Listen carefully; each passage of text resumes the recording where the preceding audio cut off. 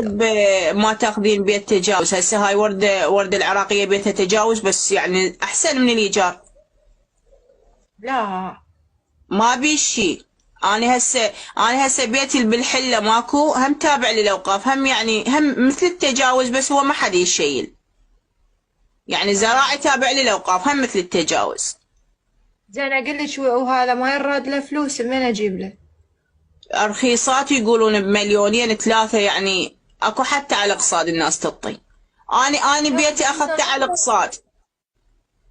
اقول لك بس انا ما اقدر اقعد بمكانات شعبيه، الناس همج حاشا السامع، ما شايفه مشهوره تقعد بهاي القوقعه، ما يصير.